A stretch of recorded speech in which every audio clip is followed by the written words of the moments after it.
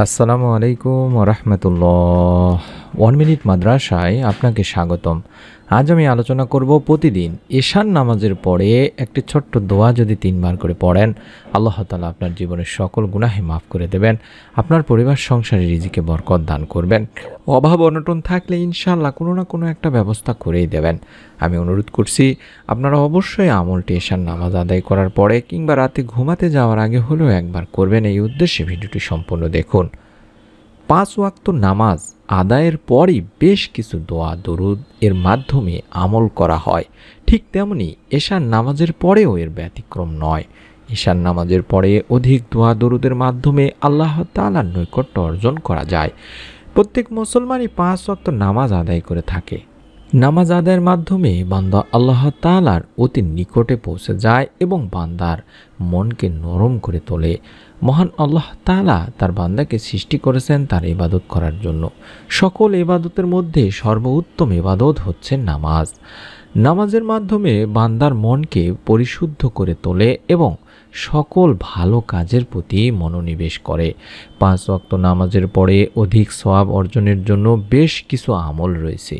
সেই সব আমল সম্পর্কে আজকে আমি সকল মুসলমানদের জন্য আলোচনা করব। দিনী ভাই বোনেরা, আমাদের এই আমলগুলোর মাধ্যমে আপনি অশেষ সওয়াব অর্জন করতে পারবেন। তাই দেরি না করে আজকে আমি আপনাদের সামনে নিচে এশার নামাজের পরে করণীয় যে সমস্ত আমলগুলো আছে সেগুলো সংক্ষেপে তুলে ধরছি এবং কিছু দোয়া শিখিয়ে দিচ্ছি, যেই দোয়াগুলো পাঠ করলে আল্লাহ তাআলা বান্দার গুনাহ মাফ করে থাকেন, বান্দার অভাব অনটন দূর করে থাকেন।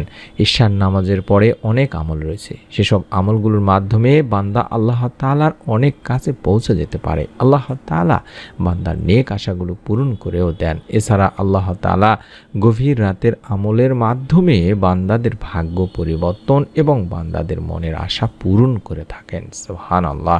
সেজন্য এশার নামাজের পরে বেশি বেশি আমল করা প্রত্যেক মুসলমানের জন্য গুরুত্বপূর্ণ। অবশ্যই এশার নামাজের পরে আমল আল্লাহ তাআলা কবুল করে থাকেন। তিনি ভাই বোনেরা, এশার নামাজের পরে আপনি অন্তত একবার আয়াতুল কুরসি পাঠ করবেন, এটা উত্তম, কারণ আয়াতুল কুরসির অনেক ফজিলত রয়েছে। এছাড়াও এশার নামাজ আদায় করার পরে আপনারা সূরা মুলক পাঠ করবেন, এটা উত্তম একটি ইবাদত। আমাদের প্রিয় নবী করিম সাল্লাল্লাহু আলাইহি ওয়াসাল্লাম বলেছেন, প্রতি রাত্রে এশার নামাজের পরে সূরা মুলক না পড়ে কেউ যেন না ঘুমায়। তাই আমাদের অবশ্যই সূরা মুলক পাঠ করতে হবে। এশার নামাজ আদায় করার শেষে আপনি 33 বার সুবহানাল্লাহ এবং আলহামদুলিল্লাহ 33 বার এবং আল্লাহু আকবার 33 বার পাঠ করে নামাজ শেষ করবেন। এই আমলগুলো অবশ্যই আপনারা করার চেষ্টা করবেন। পাশাপাশি গুনাহ মাফের জন্য একটি ছোট্ট দোয়া পাঠ করবেন। পাপী বান্দাদের আল্লাহ রাব্বুল আলামিন আশার বাণী শুনিয়েছেন, বলেছেন, হে আমার বান্দারা, যারা নিজেদের উপরে জুলুম করেছো তোমরা আল্লাহর রহমত থেকে নিরাশ হয়ো না। নিশ্চয় আল্লাহ সব গুনাহ মাফ করেন, তিনি ক্ষমাশীল, পরম দয়ালু। এক হাদিসে হযরত আবু হুরায়রা রাদিয়াল্লাহু তাআলা আনহু থেকে বর্ণিত, রাসূলুল্লাহ সাল্লাল্লাহু আলাইহি ওয়াসাল্লাম বলেন, তোমরা যদি পাপাচার করতে এমনকি তোমাদের পাপ আকাশের সীমা পর্যন্ত পৌঁছে যেত, অতঃপর তোমরা তওবা করতে, তাহলে আল্লাহ অবশ্যই তোমাদের তওবা কবুল করবেন। সুবহানাল্লাহ, সুবহানাল্লাহ। তাই এশার নামাজ আদায় করার পরে আমরা দরুদ ও ইস্তেগফার বেশি বেশি পাঠ করব। এই দোয়াটি 3 বার করে প্রতিদিন পাঠ করব ইনশাআল্লাহ। রব্বি ইন্নী যালামতু নাফসি ফাগফিরলি, রব্বি ইন্নী যালামতু নাফসি ফাগফিরলি, রব্বি ইন্নী যালামতু নাফসি ফাগফিরলি। হে আমার রব, নিশ্চয়ই আমি আমার নফসের প্রতি জুলুম করেছি, সুতরাং আপনি আমাকে ক্ষমা করে দিন। এবং অভাব অনটন থেকে বাঁচার জন্য আমরা এই ছোট্ট দোয়ার আমলটিও করব। কোরআন ও হাদিসের আলোকে দারিদ্রতা অভাব দূর করার চমৎকার কিছু সহজ আমল আছে দিনী ভাই বোনেরা। এই আমলগুলো আপনি যদি প্রতিদিন পাঠ করেন তাহলে এর মাধ্যমে আল্লাহ তাআলা পাহাড় সমান অভাব থেকেও আপনাকে মুক্ত লাভ করতে পারেন বা আপনাকে মুক্তি লাভ করতে পারবেন। তবে এই দোয়াগুলো পাঠ করতে হবে, তাহলে অবশ্যই আপনাকে মনের মধ্যে বিশ্বাস থাকতে হবে যে আন্তরিকতার মাধ্যমে আপনাকে এই আমলগুলো করতে হবে এবং শতভাগ বিশ্বাস নিয়ে আমলগুলো করতে হবে। এমনই একটি দোয়ার কথা আমি আপনাদেরকে শিখিয়ে দিব। তার আগে আমি ছোট্ট একটি আমল শিখিয়ে দিচ্ছি। হযরত আব্দুল্লাহ ইবনে আব্বাস রাদিয়াল্লাহু তাআলা আনহু বলেন, আল্লাহর রাসূল সাল্লাল্লাহু আলাইহি ওয়াসাল্লাম বলেছেন, যে ব্যক্তি নিয়মিতভাবে ইস্তেগফার করবে, আল্লাহ তাআলা তার সব সংকট থেকে উত্তরণের পথ বের করে দেবেন, সব দুশ্চিন্তা মিটিয়ে দেবেন এবং অকল্পনীয় উৎস থেকে তার রিজিকের সংস্থান করে দেবেন। সুবহানাল্লাহ, সুবহানাল্লাহ। তাই আমরা প্রতিদিন কম করে হলেও 100 বার শুধুমাত্র আস্তাগফিরুল্লাহ, আস্তাগফিরুল্লাহ এই ইস্তেগফারটি নিয়ম করে পড়ার চেষ্টা করব। প্রত্যেক ওযুর পরে আপনারা 10-15 বার করে পড়বেন এবং প্রত্যেক ফরজ নামাজের সালাম ফিরাই তো আমরা অবশ্যই 3 বার করেই পড়ে থাকি। সহজ করে বলে দিলাম, এই দুইটি সময়ে আপনারা বেশি বেশি পড়বেন এবং যে কোনো সময় যখনই আপনি অবসর থাকবেন তখনই মুখে ইস্তেগফারটা আপনি জারি রাখবেন, আস্তাগফিরুল্লাহ, আস্তাগফিরুল্লাহ, আস্তাগফিরুল্লাহ এরকম করে। এছাড়া হযরত আব্দুল্লাহ ইবনে মাসউদ রাদিয়াল্লাহু তাআলা আনহু বর্ণনা করেন, আল্লাহর রাসূল সাল্লাল্লাহু আলাইহি সাল্লাম বলেছেন, যে ব্যক্তি অভাবে পতিত হয়, অভাব দূর করতে মানুষের উপর নির্ভরশীল হয়, তার অভাব মোচন করা হয় না। পক্ষান্তরে যে ব্যক্তি অভাবে পতিত হয়, অভাব মোচনের জন্য আল্লাহ তাআলারই উপর শুধুমাত্র নির্ভরশীল হয়, অতি বিলম্বে আল্লাহ তাকে তাড়াতাড়ি বা ধীর গতিতে হলেও রিজিক দেবেন। তিরমিজি এবং মুসনাদ আহমদের একটি হাদিস। সুতরাং অভাব বা ঋণের মধ্যে থাকলে আপনাকে অবশ্যই ধৈর্য হারা হলে হবে না, অর্থাৎ অভাব থেকে পরিত্রাণের জন্য ধৈর্য হারা কখনোই হবে না। ধীরে ধীরে হলেও আল্লাহ রব্বুল আলামিনের উপর যদি আপনি ভরসা করে থাকেন, নির্ভরশীল হন, তাহলে আল্লাহ তাআলা আপনার অভাব মোচন করবেনই করবেন।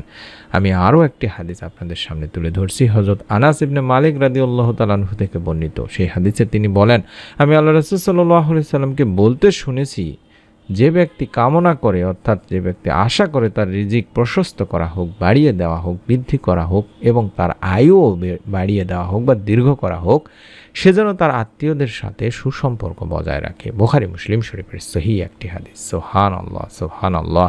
এবারে যে দোয়াটি আমি স্ক্রিনের মধ্যে দেখাচ্ছি, এই দোয়াটিও আপনারা 3 বার পাঠ করবেন। আল্লাহুম্মা ইন্নী আসআলুকাল হুদা ওয়া আতুকা আল আফাফা ওয়াল গিনা। আল্লাহুম্মা ইন্নী আসআলুকাল হুদা ওয়া আতুকা আল আফাফা ওয়াল গিনা। আল্লাহুম্মা ইন্নী আসআলুকাল হুদা ওয়া আতুকা আল আফাফা ওয়াল গিনা। হে আল্লাহ, আমি আপনার কাছে হেদায়েত কামনা করি এবং আপনার কাছে ভয় তথা পরহেজগারি কামনা করি, আপনার কাছে সুস্থতা তথা নৈতিক পবিত্রতা কামনা করি এবং সম্পদ তথা সামর্থ্য বা সচ্ছলতা কামনা করি। সহিহ মুসলিম শরীফের সহিহ একটি হাদিস। নিয়মটি সংক্ষেপে বলে দিচ্ছি। প্রতিদিন এশার নামাজের পর থেকে শুরু করে রাতে ঘুমাতে যাওয়ার আগ পর্যন্ত এই সময়টিতে কম করে হলেও আল্লাহুম্মা সাল্লি ওয়া সাল্লিম আলা নাবিয়িনা মুহাম্মাদ এই দরুদটি 11 বার পাঠ করবেন। আল্লাহুম্মা সাল্লি ওয়া সাল্লিম আলা নাবিয়িনা মুহাম্মাদ এভাবে 11 বার পড়বেন এবং সারা দিনে আস্তাগফিরুল্লাহ, আস্তাগফিরুল্লাহ 100 বার পাঠ করবেন। প্রথমে আপনাদেরকে যেটি দরুদটি শিখিয়ে দিলাম, আবারও বলছি, আল্লাহুম্মা সাল্লি ওয়া সাল্লিম আলা নাবিয়িনা মুহাম্মাদ, এটি রাতে ঘুমাতে যাওয়ার আগে কিংবা ঈশার নামাজের পরে 11 বার পাঠ করে যে দোয়াটি দেখাচ্ছি, রব্বি ইন্নী যালামতু নাফসি ফাগফিরলি, রব্বি ইন্নী যালামতু নাফসি ফাগফিরলি, রব্বি ইন্নী যালামতু নাফসি ফাগফিরলি, এভাবে অন্তত 3 বার পাঠ করবেন। এবং আল্লাহুম্মা ইন্নী আসআলুকাল হুদা ওয়া আতুকা ওয়াল আফাফা ওয়াল গিনা। আল্লাহুম্মা ইন্নী আসআলুকাল হুদা ওয়া আতুকা ওয়াল আফাফা ওয়াল গিনা। আল্লাহুম্মা ইন্নী আসআলুকাল হুদা ওয়া আতুকা ওয়াল আফাফা ওয়াল গিনা। এভাবে 3 বার পাঠ করে আল্লাহ তাআলার কাছে 2 হাত তুলে দোয়া করবেন। সারা দিনে 24 ঘন্টায় আস্তাগফিরুল্লাহ, আস্তাগফিরুল্লাহ এভাবে 100 বার পাঠ করবেন এবং প্রথমে যে আমলগুলো শিখিয়ে দিয়েছিলাম ঈশার নামাজের পরে, সেই আমলগুলো অবশ্যই করবেন। ইনশাআল্লাহ আল্লাহ তাআলা আপনাকে মাফ করে দেবেন, আপনার পরিবার সংসারে রিজিকে বরকত দান করবেন। মনের মধ্যে শতভাগ বিশ্বাস নিয়ে যারা আমলটি করবেন তারা নিয়ত করুন, ভিডিওটিতে লাইক দিয়ে কমেন্ট সেকশন অন্তত আমিন করার মাধ্যমে আমাদের দ্বিতীয় চ্যানেলের ভিডিওগুলো দেখুন। অত্যন্ত গুরুত্বপূর্ণ ভিডিও দিয়ে থাকি, আশা করি ভিডিওগুলো দেখে উপকৃতই হবেন। পরবর্তী নতুন আমলের ভিডিও আপনার মোবাইলেই পেয়ে যাবেন, তার জন্য চ্যানেলটি সাবস্ক্রাইব করে বেল বাটনটি অন করে রেখে দিন। সকলেই ভালো থাকুন, সুস্থ থাকুন। আমরা আল্লাহ তাআলার কাছে দোয়া করি সেই সমস্ত দিনী ভাই বোনের জন্য যারা আমলগুলোর ভিডিও দেখেন কিংবা আমলগুলো করার নিয়ত করেছেন, করতে পারেন না কিংবা করেন, আল্লাহ তাআলা যেন প্রত্যেকের প্রতিদান দুনিয়া আখিরাতে পান, আমরা এই দোয়া করি। সকলে ভালো থাকুন, সুস্থ থাকুন। আসসালামু আলাইকুম ওয়া রাহমাতুল্লাহ।